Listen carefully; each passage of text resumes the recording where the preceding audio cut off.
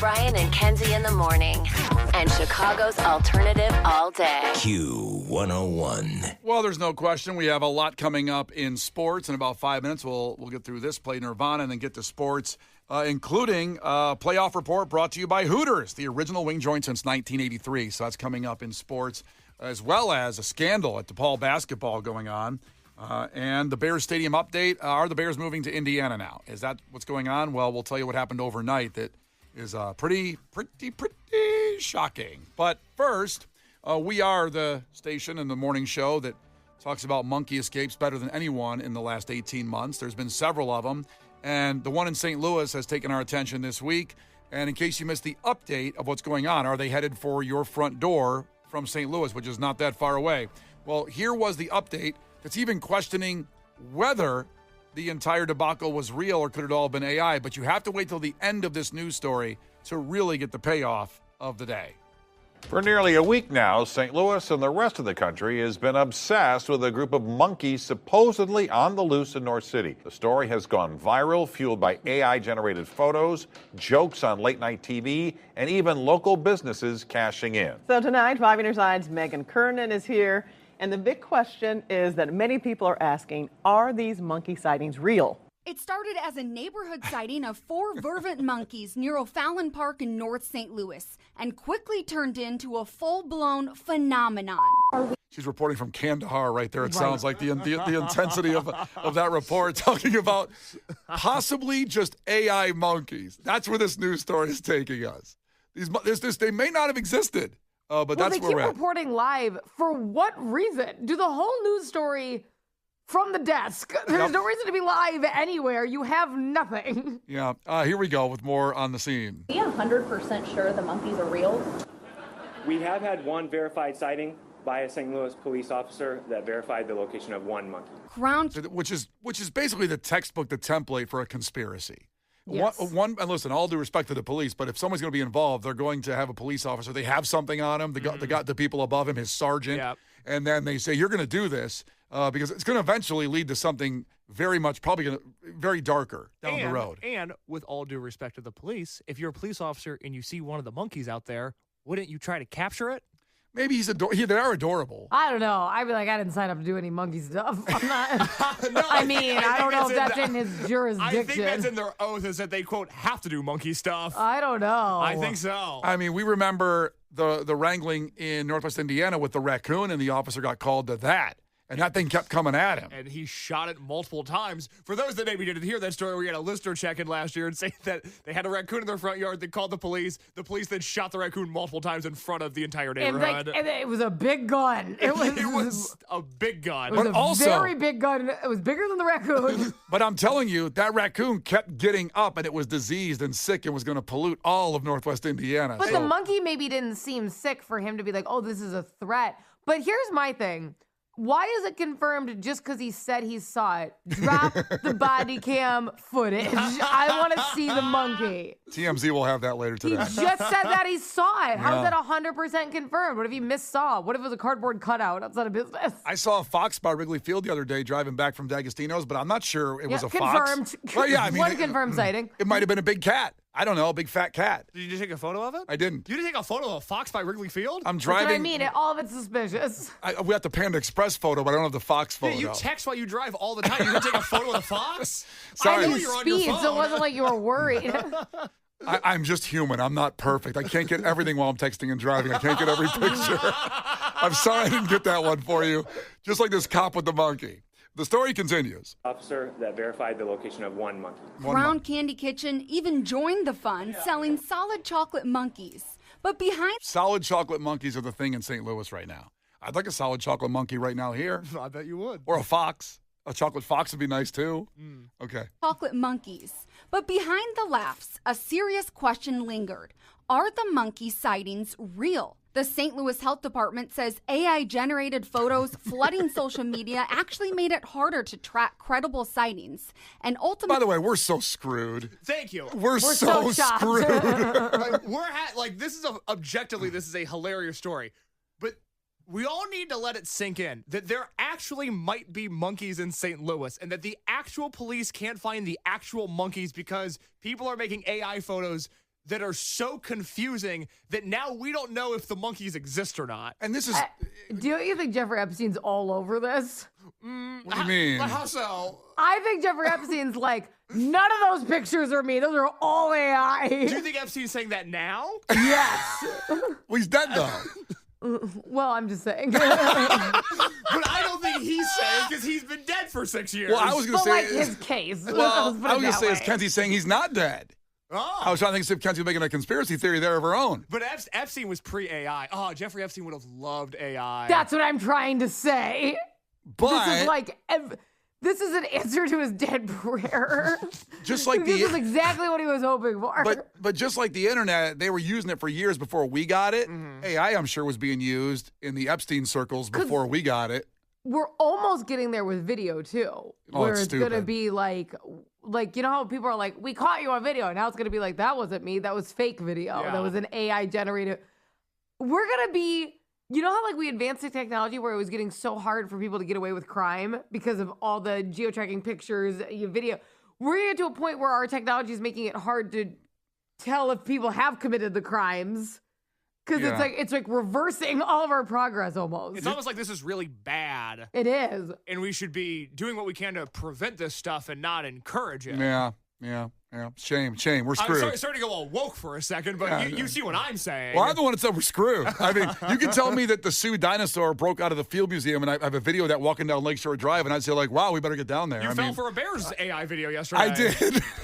I did, but it was beautiful. Anyway. I want to know what AI image they're actually really falling for, though. Like, is it like a monkey smoking a cigar and be like, really, guys? We can't figure this out. Or is it just like, a picture and it even says Getty Images in the corner, like it's watermarked, and they're just falling, not even looking at it more careful for that? It is St. Louis, All right, let's keep going with the story. At credible sightings and ultimately led them to call off the active search. We even Google reverse image searched all 4 original photos and nothing came back. That's when we took them to Abby Stilianu, an AI researcher and professor at St. Louis University. I want you to get ready for this, okay? It's unbelievable what happens. This is an AI expert at St. Louis University. I believe She's teaching courses. Professor at St. Louis University. Do you think these photos are real or not? I don't know. Unbelievable. I don't know. Now, we played this yesterday, and a lot of people jumped into the fray on this one, and that answer reminded us of a lot of the classic drops on this show, Brian and Kenzie on Q101. For example, this one. Do you think these photos are real or not? Goodbye. Possibly Tiffany Henyard. Do you think these photos are real or not?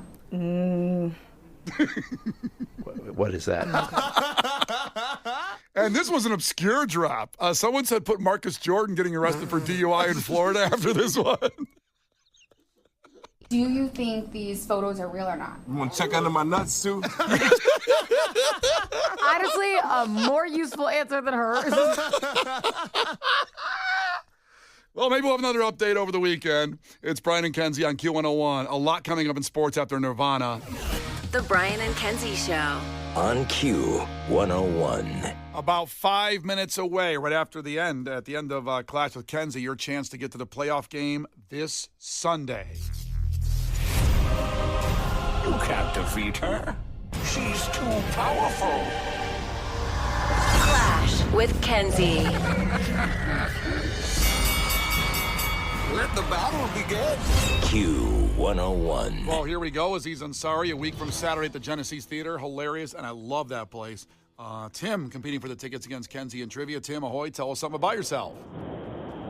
Well, I'm actually inching along on the 90 right now, taking my kids to school. Father of the Year, of course. Obviously. And, congratulations. Thank you very much. I've been trying to get on this forever, and so you guys made my Friday. Thank you so much. Hell yeah. Oh, this is awesome. And be careful. The snow is certainly coming down huge right now in the whole area, so the whiteout is kind of happening from just a couple days ago, the same deal, so be careful. First 1 to 5 wins, Tim, and if you can call heads or tails right now, that'd be awesome. I'm going to go with tails. It is tails. Woo. Okay, Tim, here we go. Question number 1. All right. Which farm animal is known as a ram, a ewe, or a lamb? and a lamb, I should say. So it's farm animal. Sheep. There you go. Thank you. Kenzie. Yeah. H1N1 was a strain of flu that resembled a respiratory infection that what farm animal could get? Wasn't it a pig? It's pig, swine. Please put swine down as the answer. Yeah, swine flu. That's what it was called. Yeah, swine flu. But pig flu doesn't have a ring to it like swine pig flu never caught on. Yeah. Because if you say you got the pig flu, God, just put me down. I had the pig flu. Swine flu, it's catchy. Yeah, no, it's got a real nice kick to it. Highbrow pig. Swine. 1-1 back to Tim. Tim, who did the Chicago Bears play in their most recent Super Bowl appearance? The Colts. The Colts is right. When Devin Hester ran back, we all thought, this is going to be easy. Turns out it wasn't. It wasn't. Damn it. Kenzie. Yeah. Who did the Bears defeat in the 1985 Super Bowl? Oh, that's a good question. It is.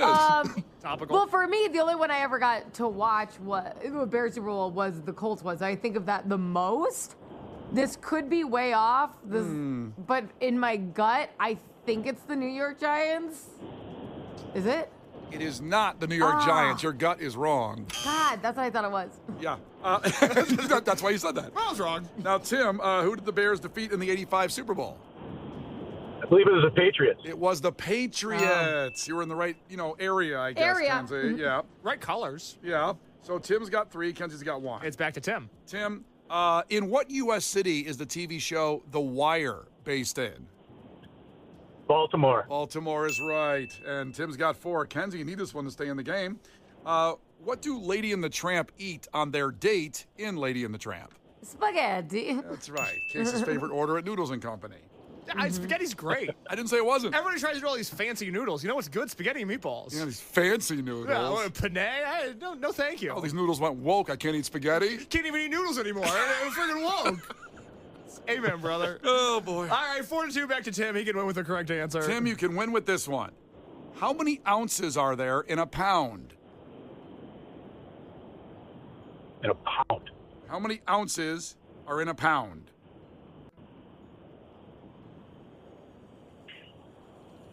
64? 64 is not right. Kenzie, how many? 16. 16, thank you. 16 ounces in a pound. So Kenzie's got 3, and now she can tie it up with this. This is correct. Kenzie, how many pounds are in a ton? Is it 1,000? It's not 1,000. So, Tim, you can win with this one. 2,000. 2,000 is right, and Tim, you win. Father of the Year. He's going to see Aziz Ansari a week from Saturday at the Genesee Theater. From the Genesee Theater, great people there. It's a great theater. And from Brian and Kenzie on Q101. You wanted to be on the show. You got on it. Good job, Tim.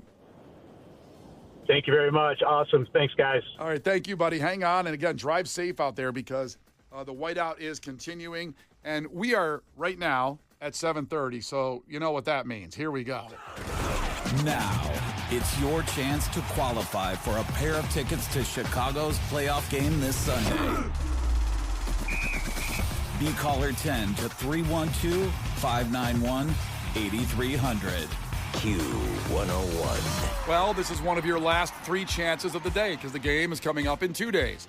So, 312-591-8300. You call right now and you qualify for playoff tickets, the tickets this weekend for Sunday's game, and you'll win a Q101 football shirt, which is in our team colors. You can see it at Q101.com. Aisle 101 is our merch store. You can buy one there. They are awesome, but free ones are good. So caller 10 gets the free shirt, qualifies for the playoff tickets. 2 more chances coming up at 8:30 and 9:30, but hopefully you get this one.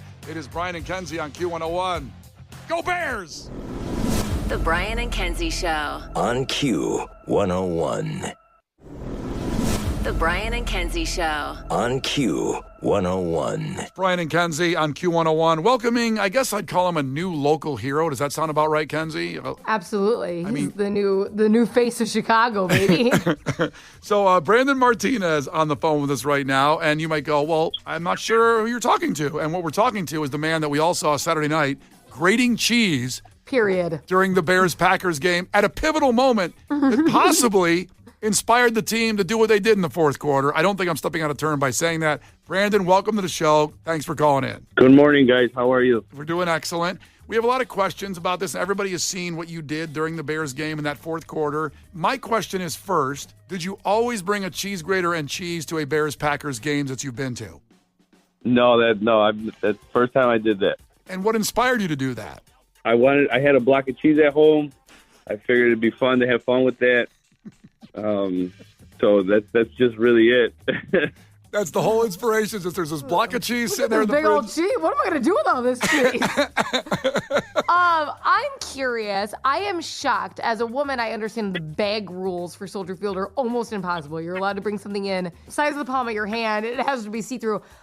Did you get stopped bringing a cheese grater in, or were you hiding it in certain parts of your body or something? Ew. No, I had it in my hoodie. It just it never made a sound, so I didn't think anything of it. No, it didn't. That's alarming because that's a lot of metal that didn't go off. That's kind of scary. And I feel like you're not allowed to bring in outside food either. And you brought in a block of cheese. No one said anything, huh? No, you're allowed to take food. I've seen guys eating spaghetti and meatballs. So. Bringing that Tupperware full of spaghetti in and eating it there? Yeah. They were talking about that the other day as well. But yes, you can take food. Uh-huh.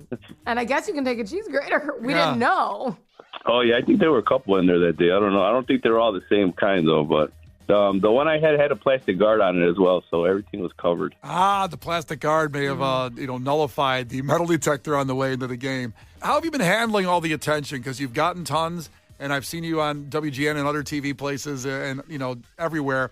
Did you expect this kind of response? No, I did not. I never did I dream or I could imagine that this was going to happen. I feel lucky enough that I've been able to include my family and friends with everything. I was lucky enough to have the boys on there with me yesterday, so I thought that might have been the coolest moment so far about all this. And getting the tickets from Miller Lite. That's awesome. Wait, did you get tickets for the upcoming playoff game from Miller Lite? Yes, yesterday. Oh, that's awesome. Every man out there is like, why the hell didn't I bring a cheese grater? Yeah. They're so mad at themselves. No, and then I feel bad because I know I'm not the first one to do it or I didn't start this, and I know guys probably are feeling upset that they didn't get noticed for it, but I wasn't there to get noticed. That's something I wanted to celebrate against the team that they were playing that day. I was so excited for the Bears, and I just happened to be there when the camera crew was there, and they got a kick out of it. I love you being humble, saying like you stole somebody else's bit, but you're the one that got the fame and the tickets out of it. That's very generous of yourself. I think you're a hero. I hope you were standing above the guy eating spaghetti, so at least the cheese went to good use. A little topping. Thank you, guys. Thank you. That would have been amazing. No, but thank you. So now that you're going to the game this weekend against the Rams, what do you bring? You're a chef, correct? Aren't you a chef? No, my buddy's a chef. That's who he organizes all the tailgates for us, so we tailgate with him. Oh, so he takes care of all that stuff. Well, I guess so. You had some good seats from Miller Lite. What are you bringing to represent against the Rams? Well, we've been talking about it, so that's it. That's in the works in the chat. But we'll see. You have to he's not going to leak this drop, baby. He's keeping that concealed. Keeping this. No one's going to steal this one. It's close to the vest on this one. I mean, do you have any suggestions, Kenzie, for against the Los Angeles Rams? Well, I don't know. Apparently, you can bring anything into Soldier Field. So you may as well bring a ram and a bear, apparently. All right, Brandon. Well, listen, thanks for checking in with us. Love what you did. Love that you're now an icon for this year for the Bears, as well as the team doing so well, and have a blast at the game. Thank you so much, guys. I really appreciate it. Thank you for having me on, guys. Go Bears. Go Bears. No problem, Brandon. Take it easy, buddy. We'll look for you on TV on Sunday. Thank you, guys. Take care. The Brian and Kenzie Show. On Q101. It's Brian and Kenzie on Q101, and time for Case's movie review. Dave wants to take credit for this one in Cherville. So Dave said this is his favorite movie of all time. Any Given Sunday. Any Given Sunday. Dave, we love you for that. Thanks for checking in. Case finds that funny. That's not a good sign. I guess I imagine Dave's a really intense human being. Well, Oliver Stone movie is known for being intense. And this movie is wild, Any Given Sunday. So thanks for listening in Cherville. And let's get right to it. Case's movie review. For Christ's sake, tomorrow's the 4th of July. and we will be open for business. What country you from? What ain't no country I ever heard of? They speak English and what? Utah. Give me 2. Do you enjoy pain? Pain don't hurt. Wax on, right hand. Wax off, left hand. Now fry like bacon, you little freshman piggies. Fry! Fry! Playing football at West Canaan may have been the opportunity of your lifetime, but I don't want your life. Here we go. Any Given Sunday released December 22nd, 1999.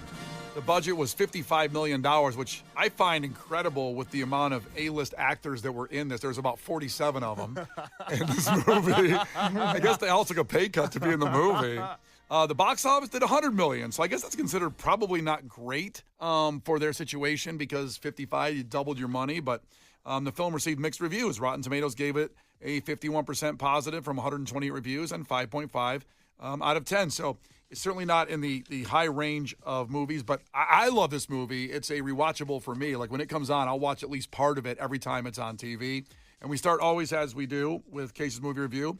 This is how the movie was promoted. This is the trailer from 1999. On any given Sunday, a legend will fall. Don't you give up on me. I'll fight for you till the day I die. A hero will rise. Make me a believer! And a war will begin. He's changing the plays. He just does what he likes. You run the plays I call. I've been warming the bench the whole time I've been in the pros. I don't plan on going back. Any Given Sunday. Look for it on video cassette and DVD. Okay, now that's awesome. At the end it says look for it on video cassette and DVD. Oh, I love that. Is that awesome? Yeah. Okay, all right, fine. That That's takes me back. very intense for a movie about football. Kenzie, it's an Oliver Stone movie, and this movie, and I'll let Case do all of the, his review on it, but this certainly sent shockwaves. The NFL did not want this movie to come out because basically what it shows and probably what was really going on. Yeah. So Case, what did you think? And this was, by the way, this was voted on by the crew members because there was like 8 or 10 football movies Case put out there for the Bears game this weekend as a preview, and this was voted number 1. So as long as the Bears stay in the playoffs, we will continue to do football movies on Friday. If, and we don't want this to happen, but if they lose this weekend, we have a very funny review planned for next Friday, but we're not going to talk about it because I don't want to get people's hopes up. But so get a bunch more football movies ready. We're going to the Super Bowl. Exactly. And Julie's checking in right now saying she missed my review of Juice. How can I access that? You can't. We're doing Any Given Sunday instead of Juice. Unfortunately, Juice got put on the back burner because the Bears were still in the playoffs. Poor Julie, the only one checking in for that Juice review. It's true. It's the only time anybody's asked me where that Juice review is. A great movie. I can't wait to watch it one day. Yeah. As for Any Given Sunday, do you guys remember about 18 months ago when I reviewed The Shining, what my thoughts on The Shining were? I remember, and Kenzie can back me up on this, it was loud. You thought it was a loud movie. That was the first thing you said is loud. It was too loud. There were too many sounds going on in The Shining. I did not like it. It hurt my head by the end of the movie. I am happy to report that The Shining is no longer the loudest movie I have ever heard. Any Given Sunday has so much GD noise happening in it the entire movie. I've never done cocaine. Don't plan on trying it.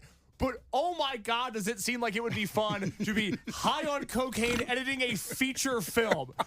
There are just sounds in this movie happening at all times. Whenever you think you're about to hear a song, there's a moment where Paranoid by Black Sabbath comes on as they're panning the crowd during the football game. And you're like, all right, we're about to get some football scenes with Black Sabbath. 2 seconds after Black Sabbath starts, it ends, and then they go to another song, and then it's like a DMX song, and then it's jazz, and then it's Moby, and then it's heavy metal, and then when a guy gets tackled, there's a lion roaring, and then when they kick a field goal, there are jets flying over the stadium. There's just sound in this movie. It's unbelievable how much noise there is. And that was a very accurate way to describe just seeing the first 5 minutes of this movie. Yeah, because this is... Maybe that's all he watched. She's like, I'm reviewing the first 5 minutes. I hated it. He went to the Wikipedia plot and just went the rest of the way. Little cliff notes on the rest. Yeah. Because it's not just the first 5 minutes, because, if you want to jump ahead 2 hours into this almost 3-hour movie, there's a scene where Jamie Foxx's character goes to Al Pacino's house, and they're having a conversation about the future of Jamie Foxx on the team. And it's this really dramatic, it's really one of the highlights of the movie. It's this dramatic back and forth between two heavyweight actors, and they're giving dueling monologues, and it's very interesting.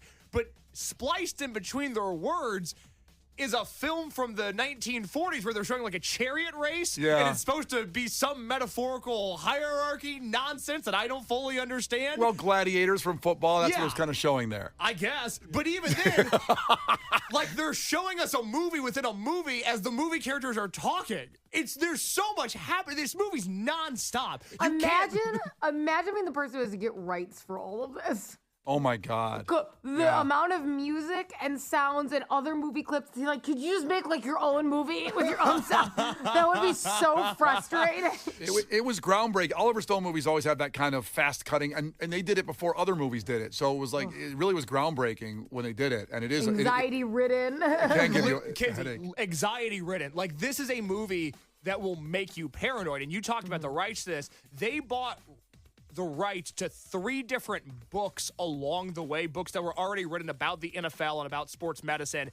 And then they combined all 3 scripts into one script. This is like a papier-mâché movie, the way they just glued all of these stories together. And at one point, there were supposed to be different actors in the movie. George Clooney specifically was like, oh, well, I'll be in this, but you guys have to change the script. And they're like, George, you don't understand what it's taken to get to this point. We're not changing the script anymore. Because the script is done. Because if you watch Any Given Sunday, you might go, like, Kenzie, Any Given Sunday, in your mind, a football movie. Yes, because you're not super familiar with it. You would think, oh, this movie's probably about football, right? Based on the poll you put up that said, which football movie should I watch? And then this listed under it, I thought it was a football movie. So within the confines of the football movie, and Brian, you tell me if I missed any storylines. Here's all the storylines that take place within this movie. Okay, get ready for this. Old coach versus new player, Pacino versus Fox. Old coach versus conniving owner, which would be Pacino and Cameron Diaz, who I've always had a thing for? No, actually the opposite.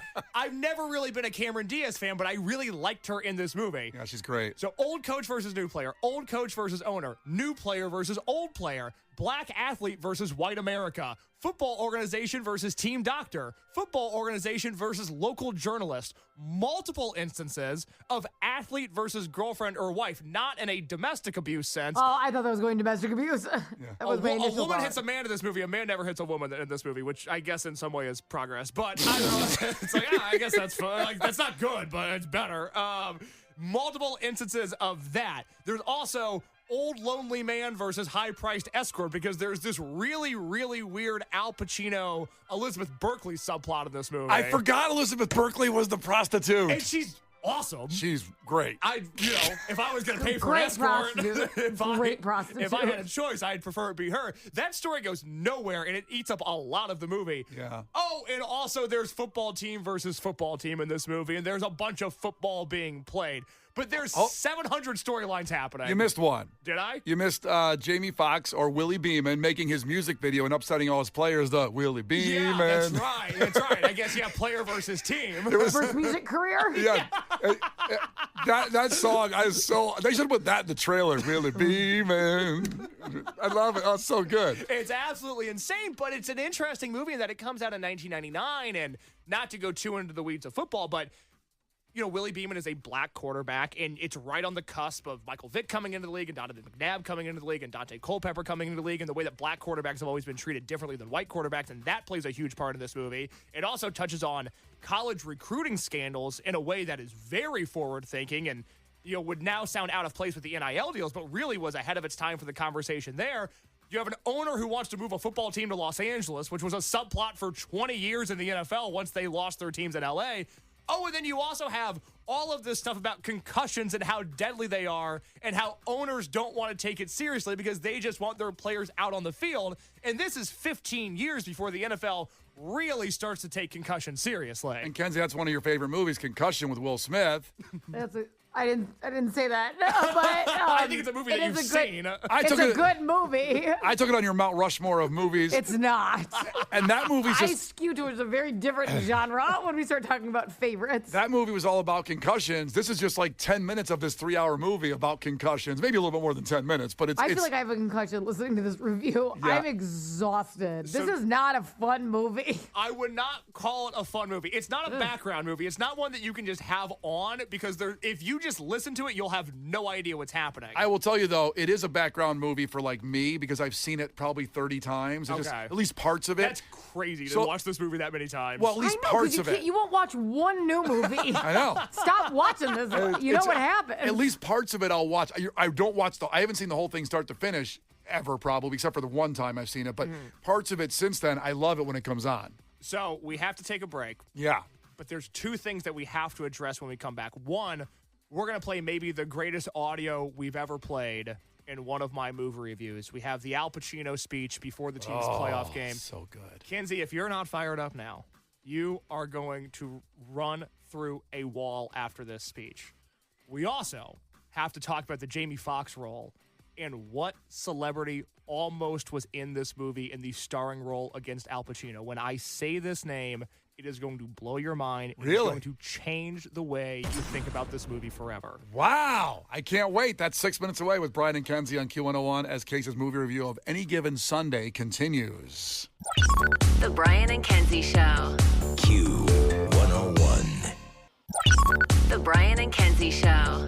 Q101. Now back to Case's movie review, staying with the Football Friday theme. Any Given Sunday. And where are we at in the review, Case? You first talked about the 800 storylines, the long and loudness of this movie, the cuts. Very noisy. I'm not even sure you've said if you even like some of the scenes. You like the Cameron Diaz scene. You like. Yeah, I think the acting in this movie's phenomenal. It is, yeah. As we've been doing these movie reviews for almost 2 years, and I think during that time period, as silly as this might sound, I've gotten better at watching movies. Mm-hmm. And so the length of movies doesn't bother me a lot of the time the same way it used to. That being said, this is almost a 3-hour movie that could very easily be a 2-hour movie.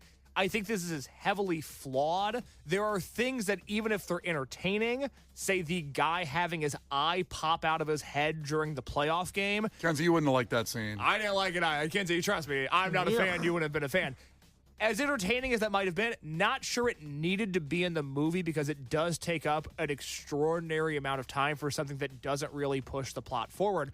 But I do like this movie. I don't love it. It's heavily flawed, but I'm glad that I watched it because I've truly never seen anything like this. They're like Varsity Blues, speaking of football movies, like we did Varsity Blues. I can understand how that movie came to be. I could see somebody sitting down and writing that script and shooting that movie and editing it and having it come out the way that it did. I can't comprehend creating something like this. This is Oliver Stone's brain. And I'll give you a little point here, too, as well. Because if there's so many A-listers in here that have small roles, like Matthew Modine, great actor, you might have seen him in Stranger Things, but also he was in The Dark Knight Rises. He's added to that movie as a role that didn't need to be in that movie because that movie got ballooned up at the end too. Like it went a little bit long and there was things in there they didn't need to have. Yeah.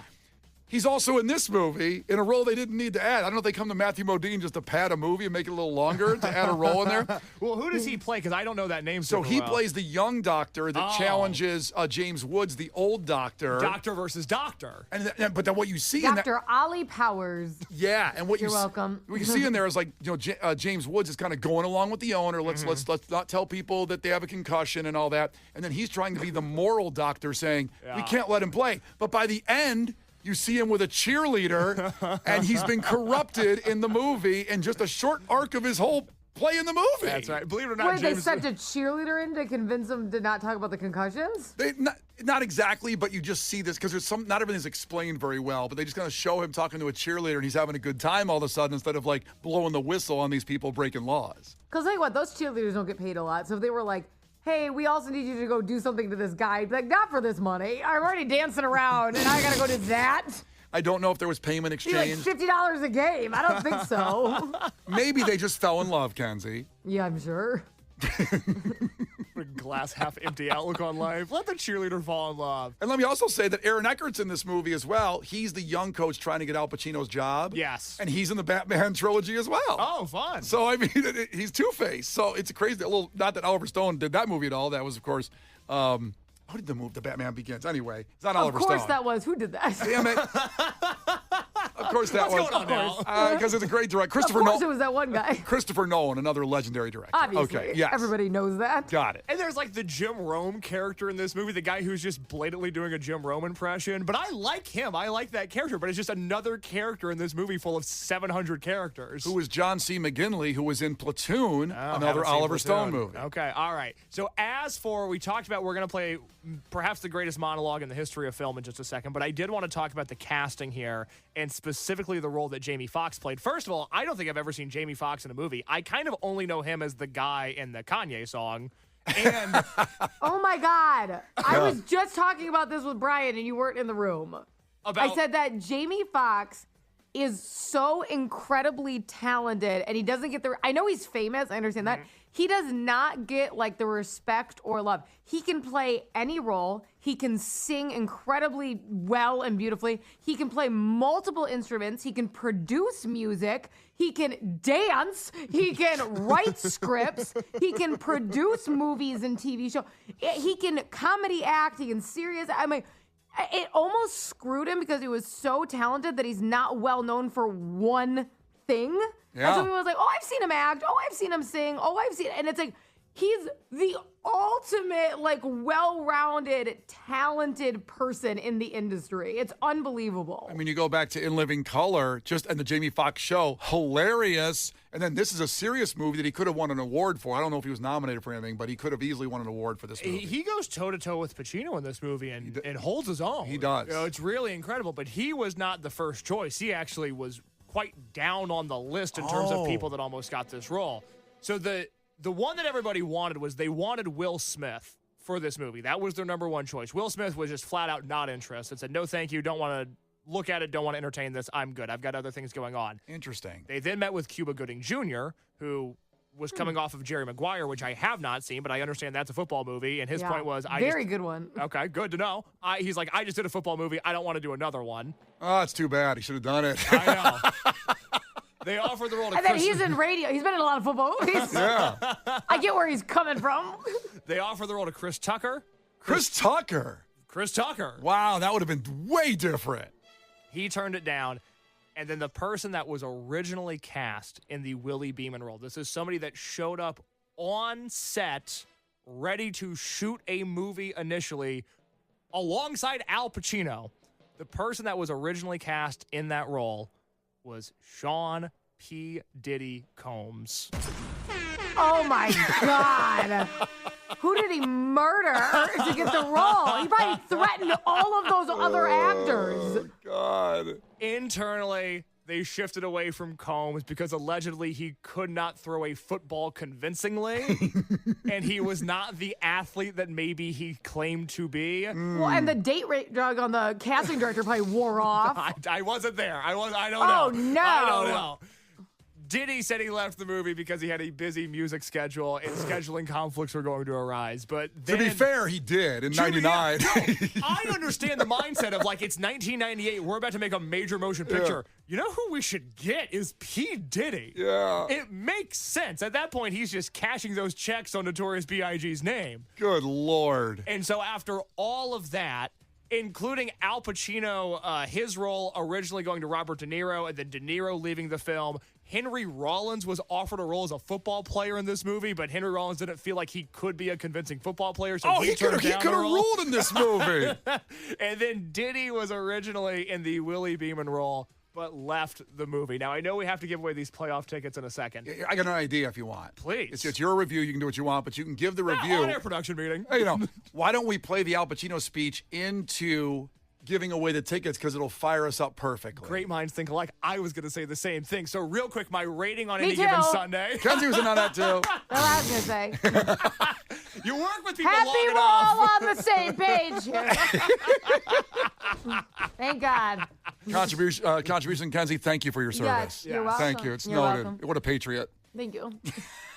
So as for the rating of any given Sunday, we'll rate it out of Sundays, not concussions, because that feels mean-spirited. We'll rate it out of Sundays.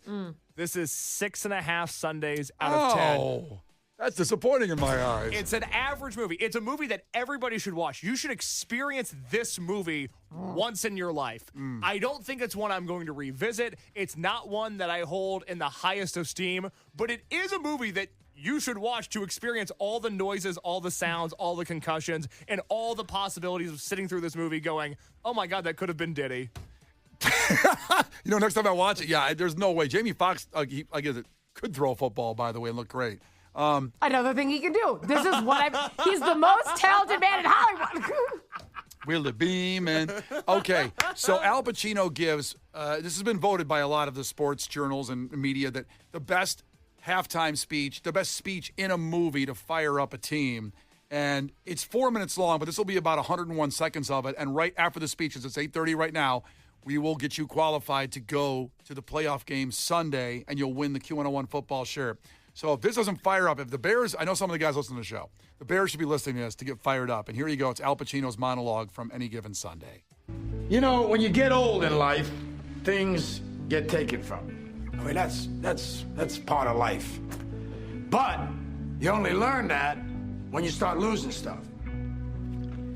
You find out life's this game of inches. So is football. Because in either game, life or football, the margin for error is so small. I mean, 1/2 a step too late or too early, and you don't quite make it. 1/2 second too slow, too fast, you don't quite catch it. The inches we need are everywhere around us. Hell yeah. They're in every break of the game, every minute, every second. On this team, we fight for that inch. On this team, we tear ourselves and everyone else around us to pieces for that inch. We claw with our fingernails for that inch. Because we know when we add up all those inches, that's gonna make the difference between winning and losing. Between living and dying. Brian and Kenzie in the morning, and Chicago's alternative all day. Q101.